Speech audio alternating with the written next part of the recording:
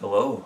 This week, Father Ross asked me to make a little video about the Synod for the Diocese of Fargo that we went to last week. It was Thursday night, Friday, and Saturday. For those of you that heard my homily, some of this is probably a little bit of a repeat, but for those who didn't, it's your first time. Synod is a little bit of a strange word. I think it comes from Greek, and it means essentially gathering. It's a bringing together of people.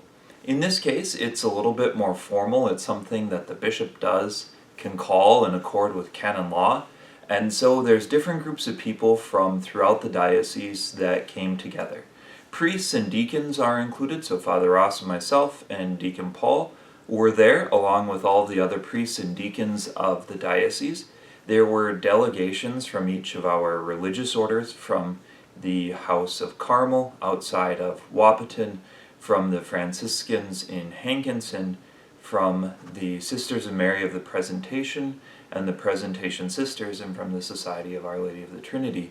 And then there were lay representatives from throughout the whole diocese. Each parish had one or two in some cases. And we came together to talk about the future of the church in eastern North Dakota, to dialogue about some of the things that are going on, both for good and some of the challenges that we face.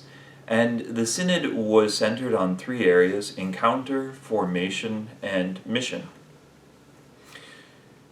Some of the debates certainly aren't a secret if you think about the challenges of the church in the present age. Many of them would be familiar. The lack of young people that come to the church, how we can make our churches places of encountering the Lord and make His presence known. The difficulty in teaching people today about the faith, which has a lot of very interconnected parts that are very beautiful, but there's also a lot to it.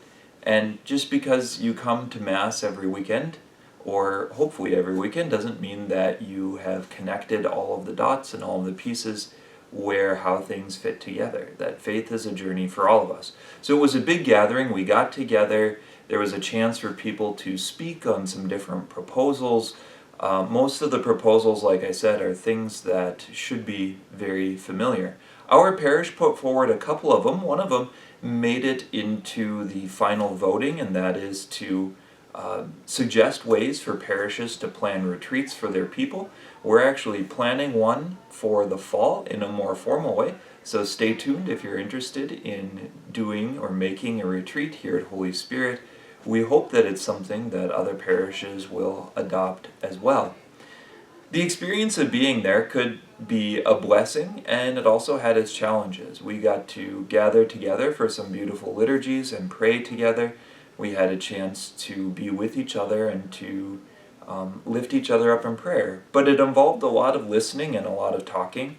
That can wear on anyone. It's sort of like a big meeting that lasts for several days, and that's not my favorite cup of tea, so it definitely had its challenges. But there were a lot of really great people there, a lot of friends and people that I know from around the diocese, and I think it was a good way of beginning the conversation about the future of the church in eastern North Dakota. The reality is that the work of the Synod isn't done. Now all of these recommendations are given to the bishop, and the bishop will prepare some kind of letter, a pastoral letter maybe, to the diocese, where he will emphasize some of these themes. I suspect that a lot of it will be suggestions or ways to encourage good things that are already happening. In some ways, we're doing a lot of it here already at Holy Spirit.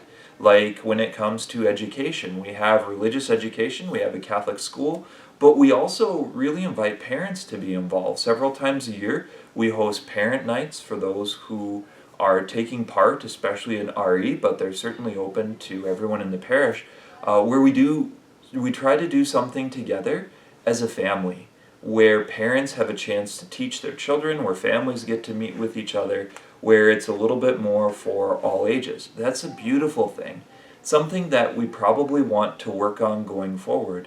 Many of you know we're trying to build Wednesday nights into a special night here at the church with educational things. We have Mass and a meal already. That's the usual night for religious education. but we want to include other things as well, that even if you don't have children who are younger and school age and are in one of these programs, there should be things for you on Wednesday night. So that's something that we're working very hard on in the next year. And we do need to continue to lift up this process in prayer and in our hearts, because the work of the Holy Spirit is ongoing in the diocese and for all of us. So that's a little bit about the Synod. Feel free to ask me or Father Ross. Our two parish delegates were Sarah Gates and Liz Jones.